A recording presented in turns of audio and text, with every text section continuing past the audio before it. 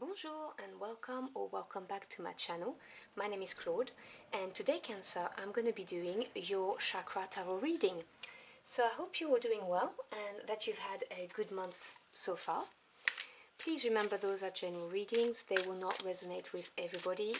Take what applies and discards the rest. If you know you resonate better with your moon, Venus or rising sign, do check those out too, as it may shed some light on the bigger picture. So in this reading, I'm going to be pulling one card for each of your chakra, and I'm going to be looking for, my cards are jumping today, I'm going to be looking for blockages or signs of imbalance, and at the end of the reading, I will go through a few tips to address these issues.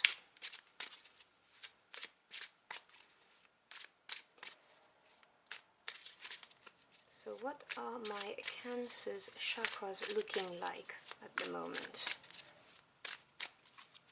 Let's see.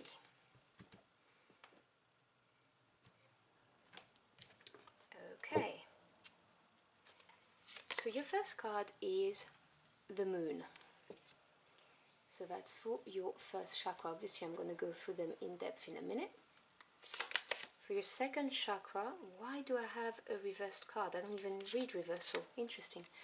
You have the Emperor. So I will be noting the shadow side of the Emperor when I read it. The third chakra, you've got the Four of Wands. The fourth chakra, you have the Four of Pentacles or Coins. Fifth chakra, you've got the Ace of Coins. Sixth chakra, you've got, wow, she's beautiful, sorry, I love her, the Queen of Swords. I love the colours in the deck. And the seventh chakra, you've got the Five of Pentacles. Okay, so your first chakra is the root chakra, and you have the Moon. Now this is a major arcana, so this is a more permanent type of energy. Now the first chakra is your center for all of your survival instincts, how you perceive your safety and how, you know, just secured in the world you feel and grounded, and also how you seek prosperity. And the Moon talks about illusions, because obviously things don't look the same in the moonlight than they do in the sunlight, but it also talks about buried feelings that tend to resurface. So to me, this card is telling me that your root chakra is not spinning as fast as it should. It is slightly slower because you've got some more primal feelings coming back up in the surface that you may not even be aware of. So this is something I would keep my eye on.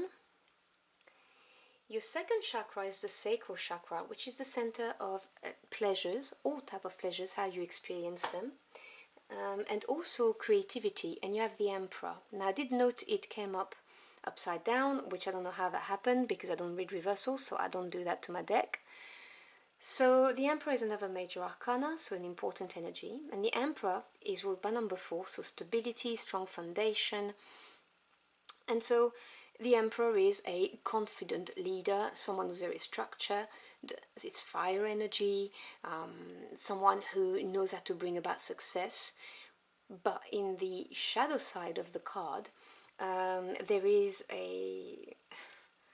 an aspect of being over-controlling. The Emperor can be over-controlling, and in the Sacral Chakra, when we're talking about pleasures, for instance, and how you experience them, you may be trying to be in control of your feelings rather than just simply feeling, if that makes sense. Rather than allowing your body to completely relax, for instance, and enjoy whatever pleasures you're giving it to. So it could be a massage, it could be eating something lovely, it could be anything, but if you don't let go, if you don't truly relax, you're not experiencing the moment and life, generally speaking, to the fullest. You're trying to control too much, is what I'm what I'm reading, and because your root chakra is also slightly imbalanced, this may be why you're trying to retain some level of control, because deep down you do not feel safe. And by that I don't mean you're feeling in danger, as in imminent danger, life or death situation. I'm talking about stability at home, stability at work, a period of uncertainty, and so you're trying to exert control. That's what I'm seeing through these cards. Your third chakra is your solar plexus. Now this is the center of your personal power, where you draw energy from, your willpower to see something through, and you've got the Four of Wands. Beautiful card to have. Wand energy is fire energy, which is perfect for the solar plexus chakra. As I just said, with the Emperor, 4 is the number of stability and strong foundation, and the Four of Wands, generally speaking anyway, represents a landmark that's worthy of celebrating. So your solar plexus chakra is spinning just fine, you're feeling good, you're feeling that, growth. It's not that you're feeling good, because it's not a feeling, it's more you are driven, you're a driven person, you want to see growth in every aspect of your life, and you are driven by landmarks and celebrating, seeing your progress being acknowledged. So this is really nice, you've got nice fire going on there. The next chakra is your heart chakra, and you've got a number 4 again, so you've got a lot of number 4s. I would suggest looking up the meaning of number 4 and paying attention to any kind of, synchronicities, such as number 4 appearing everywhere for you, because that may be a message specific to some of you. Now, the Four of Coins talks about financial stability, but in the shadow side of it, which is the message I'm getting, because it is your heart chakra, it's also holding on too tight. So I'm really getting the vibe that there is a at the moment you're trying to control your sacral chakra, the pleasures in life. You're trying to control your heart. That's what I'm getting. Because we're not talking about holding financially or possessions, because this is your heart chakra. I'm just getting the vibe of you trying to be in control of your heart, of how you experience life, and let's face it, it's kind of difficult. Okay, we can't really control these things, which is where these primal feelings are literally sprouting out. That's what I'm getting here. Your fifth chakra is your throat chakra. So this is your communication center, how you listen to people and how you speak your truth. And you've got the Ace of Coins. Now, the Ace is a brand new beginning in any suit. It's the seed, the origin of it. Ace of Pentacles, generally speaking, in a tarot reading would represent an opportunity coming your way, some money coming your way. But reading it as a card in your throat chakra, I am seeing this as you starting to speak out, starting to speak your truth, to say it out loud. That's what I'm seeing. For some of you, just some of you, it may well be that you're going to get an opportunity, a specific opportunity to speak your truth, and do not miss this opportunity. Obviously, you've got willpower. Willpower? No. Sorry. You have free will, is what I meant. Sorry about that. You've got free will, so I can't tell you what to do, but you may have an opportunity to really speak out and say what you're thinking, and I would advise that you do. I would always advise, to be honest, speaking out and speaking your truth, because I think that what you've got to say deserves to be heard. When you, as long as it's your truth, obviously, just I'm not talking about verbal diarrhea, I'm talking about speaking your truth here. So yeah, if we're talking about buried feelings and emotion here in the root, it may well be that you're presented with an opportunity to open up and speak your truth, and I would say this would be a good thing to do. But again, you have free will. So this is nice. Then we move on to your third eye chakra, which is how you perceive the world, both physically and with your intuition when your eyes are closed. and you have the Queen of Swords. Now it's interesting, I think that there's another water sign that got this. No, no, it was Pisces who got the Ten of Swords. Sorry, but the Queen of Swords is the fair queen. This is the queen who cuts what no longer serves her. She sees right through the BS.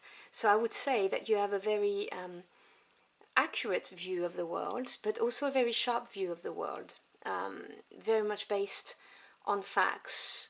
As I said, you are very driven, and at the moment, anyway, you may be trying to exert control over things that you can't. And so the Queen of Swords has that harshness about herself.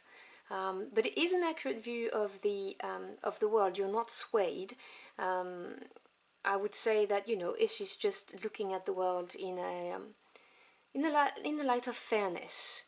And I would say that you maybe do not rely much on your intuition at the moment. You know, I'm just reading energies as they are. Nothing is set in stone. This is just what I'm seeing right now. This is a snapshot. And finally, we've got your crown chakra, which is your center of self-knowledge, your own wisdom, and your connection with God, the divine, the universe, and your world. And you've got the Five of Coins, which indicates to me that there's a bit of a challenge here. There may be a little bit of negative self-talking, you know, looking back on experiences, and not liking what you see and beating yourself up a little bit over this, hence the desire to control things, which is what I'm getting. But you know, so I would say that this chakra is spinning more slowly than others. It's, you know, it is slightly imbalanced. So if I was looking at your chakras that I would say need to work on, I would pick your sacral chakra with this need to have control too much, and you know, releasing, letting go, enjoying little pleasures of life without having to think about how you should enjoy them. So, you know, have a bath, light a candle, and relax.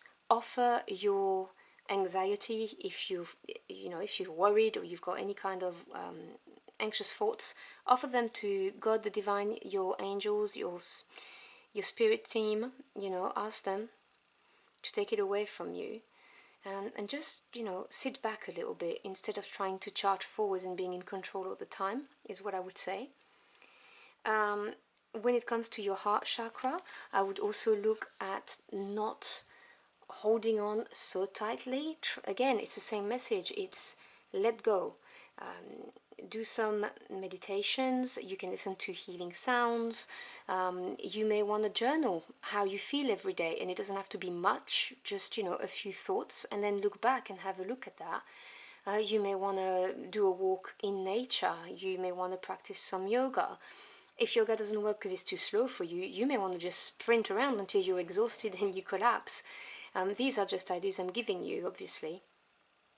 And as for your crown chakra, where you're being, you know, slightly challenged, I do believe that if you let go and release what you need to release, the energy will help rebalance your crown chakra. Journaling really helps on looking back on our experiences. You can ask your ancestors, your angels, to help you, you know, to get messages on, you know, why things happen, help you forgive yourself if you feel you've got something to forgive yourself, or you're ashamed of something. I don't know your life, okay? Just take what resonates. And you know, when it's all about the negative self-talk that you may experience or be experiencing, just cast your mind back to moments where you have been praised by anybody, or when you see love in the eyes of your children or your partner, and you see that they value you, because this really helps with quietening down the negative self-talk. So I hope you've enjoyed your journey through the cards with me. If you did, or if the message helped in any ways, do let me know in the comment box below. I'd love to hear from you. Thank you so much for stopping by. I really appreciate it. Wish you a wonderful end of the month, and I hope to see you again very soon. Until next time, au revoir.